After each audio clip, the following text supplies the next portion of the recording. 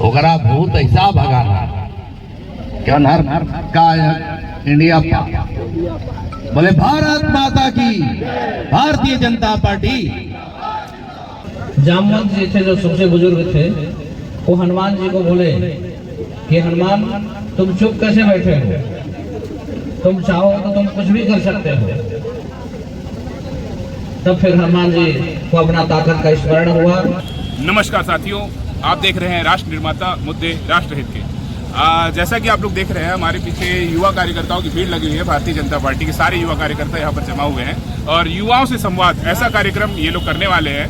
और यहाँ पर जो अभी छत्तीसगढ़ शासन के कृषि मंत्री हैं श्री राम विचार नेताम जी, वो पधारने वाले हैं और उनके साथ सरगुजा से यही बलरामपुर जिले के स्थानीय प्रत्याशी, जो कि बलरामपुर जिले से भाजपा ने एक स्थानीय प्रत्याशी को मौका दिया है सरगुजा का सांसद बनने का, वो प्रत्याशी यहाँ पर पहुँचने वाले हैं और युवाओं से संवाद करने वाले हैं। तो देखते हैं कि क्या बात वो करने वाले हैं, वो हम लोग आप लोग को दिखाएंगे इस वीडियो में और इसके बाद आपको जानकारी होते रहेगी। उसके बाद हम उनसे बात करने का भी प्रयास करेंगे कि वो क्या बोल रहे हैं, क्या उनके मुद्दे हैं, क्या भाजपा का युवाओं के लिए स्टैंड है और युवाओं के लिए वो क्या करने वाले हैं।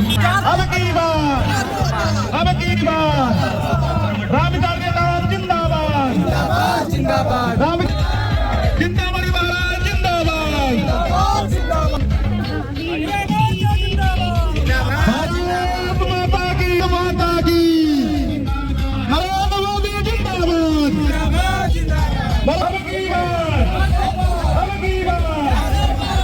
हर्षित तलवार, भाई हर्ष राजपूत, आशीष कुशवाहा, कमलेश गुप्ता, शिवम सोनी, हमारे युवा साथी यदि जागरूक हो जाएं तो निश्चित रूप से अभी जो 400 पार का नारा है और उसके साथ साथ सरगुजा लोकसभा सीट को ज्यादा से ज्यादा मतों से जीतने का जो हम कल्पना कर रहे हैं निश्चित रूप से साकार होगा। मैं एक रामायण का छोटा सा कहानी आप लोग को सुना दूं। जब सीता जी का हरण हो गया और सभी वानर सेना को बोला गया कि जाकर के सीता जी माता कहाँ है उसको पता करो। सब अनेकों जगह पर खोजते हुए समुद्र के किनारे पहुंचे और वहां सब बैठ करके विचार करने लगे कि अभी तक तो मिले नहीं, अब हम कहाँ खोजें। उसी समय एक गिद्धराज जटायु का भाई संपाति वो बोला कि गिद्ध का दृष्टि बहुत लंबा देखता है, मैं देख पा रहा हूँ सीता जी कहाँ पर हैं, क्योंकि मैं बूढ़ा भी हो चुका हूँ और हमारा पंख भी नहीं है, इसलिए मैं नहीं जा सकता। तो वहां पर आपस में चर्चा होने लगा कि लंका में पता लगाने के लिए कौन जाएगा। तो कुछ लोग बोले मैं समुद्र पार लांग तो जाऊंगा, लेकिन पता नहीं वापस आ पाऊंगा या नहीं आ पाऊंगा, जरा शंका है। कुछ बोले कि मैं आधा दूर तक ही जा पाऊंगा। तो हमारे जो बुजुर्ग यहाँ पर ये सामने बैठे हैं और इधर भी बैठे हैं, ऐसे उस सभा में जामवंत जी थे जो सबसे बुजुर्ग थे, वो हनुमान जी को बोले कि हनुमान तुम चुप कैसे बैठे हो, तुम चाहो तो तुम कुछ भी कर सकते हो। तब फिर हनुमान जी को अपना ताकत का स्मरण हुआ। 400 का जो कमल का फूल का माला बनेगा उसमें आपके सरगुजा लोकसभा का भी एक कमल का फूल होगा जो उस माला में गुथा होगा। मोदी जी की गारंटी के तहत गांव गरीब किसान मजदूर नौजवान बच्चे बुजुर्ग सबके लिए माताओं बहनों के लिए एक से एक काम विष्णुदेव साय जी की सरकार करके 3 महीना में दिखा दी। 18 लाख गरीबों का जो घर छीना गया था कांग्रेस के राज में, 18 लाख गरीबों का घर बनना चालू हो गया मोदी जी की गारंटी के तहत। गरीबों का, किसानों का 3100 रुपया प्रति क्विंटल धान का भी खरीदी का जो अंतर कर राशि था वो भी उनके खाते में डायरेक्ट आ गया। तोहरा कितना मिलल चाचा? मिलल बा डबले।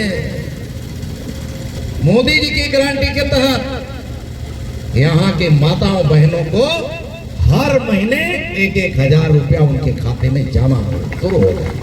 कैसे जसो है कि जो 70 साल के हैं ना ऊपर चाहे गरीबी रेखा में हो या ना हो, उनको भी आयुष्मान भारत योजना में शामिल करके पूरा इलाज, अगर बीमार पड़ते हैं तो पूरा इलाज करवाया जाएगा। मोदी की गारंटी के तहत घर घर में बिजली पहुंचाने का काम, पानी पहुंचाने का काम, शौचालय बनाने का काम मोदी जी की गारंटी के तहत मोदी जी ने करके दिखा दिया, करके दिखा दिया। आज कोई भी व्यक्ति इवेंट किसी भी पार्टी का हो, चाहे कांग्रेस पार्टी का हो, चाहे बहुजन का हो, चाहे सपा का हो, बसपा का हो, कहीं का भी हो, कम्युनिस्ट का क्यों ना हो, उसके घर तक भी मोदी जी की योजना पहुंचाया गया है। दिल में हाथ रख के पूछिए, ये नारा सिर्फ नहीं है कि अब की बार मोदी सरकार, अब की बार 400 पार, फिर से एक बार मोदी सरकार, ये नारा नहीं, कि देश की जनता का एक एक मतदाता का आवाज है। आज पूरा दुनिया की निगाहें भारत की ओर है। एक जमाना था कि हमारे सेनाओं के सीमाओं में सुरक्षा में लगे हुए हमारे जवानों के सर कलम कर लिया जाता था और दुर्गति किया जाता था, और भारत को चिढ़ाने के लिए उसका फोटो वायरल करके दिखाया जाता था। आज मजाल नहीं है कि कोई इसमें जुर्रत कर सके। ये आज भारत ने कर दिया कि तुम कहीं भी छिपे हो, ये नरेंद्र मोदी जी के नेतृत्व वाली सरकार है। कहीं भी तुम रहोगे, जहां रहोगे वहीं ठोका जाएगा, वहीं ठीक कर दिया जाएगा। और इसलिए आपको मालूम होगा कि इसीलिए सर्जिकल स्ट्राइक भी हुआ, इसीलिए एयर स्ट्राइक भी हुआ, तो इस सीमा के बाहर भी कहीं भी जाओ तो उस नजर से नहीं बच पाओ। क्या कि आतंकवादी के बड़े से बड़े नेता वो कैसे मारे जा रहे हैं, कहां मारे जा रहे हैं, पते नहीं चल रहा। वो अमेरिका जब लादेन को यहाँ पाकिस्तान में आके मार सकता है, तो इंडिया वाला क्या वहां कनाडा में जाके नहीं मार सकता है? ये पाकिस्तान में छिपे हैं तो वहां नहीं मार सकता। पते नहीं चल रहा कि गोली कहां जाता है। वो ताकत है साथियों, और ये ताकत 130 करोड़ देशवासियों का ताकत। कांग्रेस जीतती है, आतंकवादी और नक्सलवादी लोगों का मनोबल बढ़ता है। भारतीय जनता पार्टी जब जीतती है, ये लोग बिल के अंदर घुस जाते हैं। नक्सलियों का पूरा सफाया हो रहा है, चालू हो गया। मानिए हमारे देश के यशस्वी गृह मंत्री अमित शाह जी के मार्गदर्शन में पूरा देश भर में नक्सलियों का, आतंकवादियों का सफाया करने का अभियान चल रहा है। लोकल समस्या, रोड, बिजली, पानी, स्कूल, अस्पताल, ये सब में क्रांतिकारी परिवर्तन होगा, करेंगे, ये सब काम करेंगे। और उस जगह में आप लोगों ने राम विचार नेताओं पे भरोसा करके आपने बैठा दिया है, तो काम किया गया।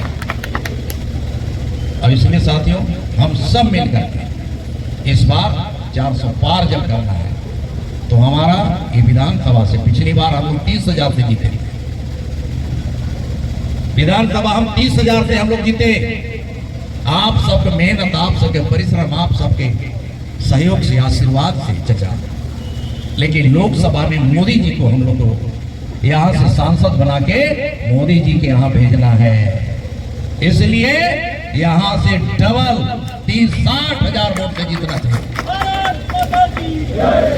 7 मई को सरगुजा लोकसभा सीट पर मतदान होना है, बल्कि 4 सीट पर मतदान हो चुका है। सरगुजा लोकसभा सीट पर क्या मुद्दे आपको नजर आ रहे हैं प्रमुख, जो आप कर सकते हैं काम अगर आप सांसद बनकर दिल्ली पहुंचेंगे तो? सांसद बनने के बाद बहुत सारे ऐसे काम हैं जिसको करने की आवश्यकता है। उसमें सबसे पहला तो आवागमन का साधन, जिसमें रेलवे लाइन है और आपका हवाई यात्रा है, ये हमारा पहला प्राथमिकता होगा। और दूसरा, स्वास्थ्य के क्षेत्र में हमारे यहाँ कोई ऐसा हॉस्पिटल नहीं है जहाँ पर सभी बीमारियों का जांच हो सके और इलाज हो सके, तो यहाँ एम्स जैसा कोई हॉस्पिटल हो। और उसके साथ साथ शिक्षा का हब का भी एक आवश्यकता है। हमारे यहाँ के बच्चे कोटा कोचिंग के लिए जाते हैं, तो वहाँ तक हमारे बच्चों को जाना ना पड़े। उसमें बहुत सारे ऐसे गरीब परिवार के बच्चे होते हैं जो वहाँ फीस नहीं जमा कर पाते और ट्यूशन नहीं कर पाते, तो यहाँ एक शिक्षा का एक हब बने, ये भी मेरे मन में है। इसके लिए भी हमको प्राथमिकता से करना है। और चौथे में यहाँ पर्यटन का बहुत बड़ा संसाधन है। हमको चिन्हांकन करने का आवश्यकता है। यदि आज सरगुजा में पर्यटन की दृष्टि से अगर हम देखेंगे तो अपने मैन पार्ट के अलावा और कहीं का नाम सामने नहीं आता, जबकि मैन पार्ट के अलावा बहुत सारे ऐसे पर्यटन स्थल हैं जिसको अगर चिन्हांकित किया जाए तो यहाँ के पर्यटक तो आएंगे ही, विदेशी पर्यटक भी आएंगे, जिससे हमारे युवाओं को भी रोजगार मिलेगा और पर्यटन क्षेत्र का विकसित होने से यहाँ के लोगों का भी निश्चित रूप से विकास होगा।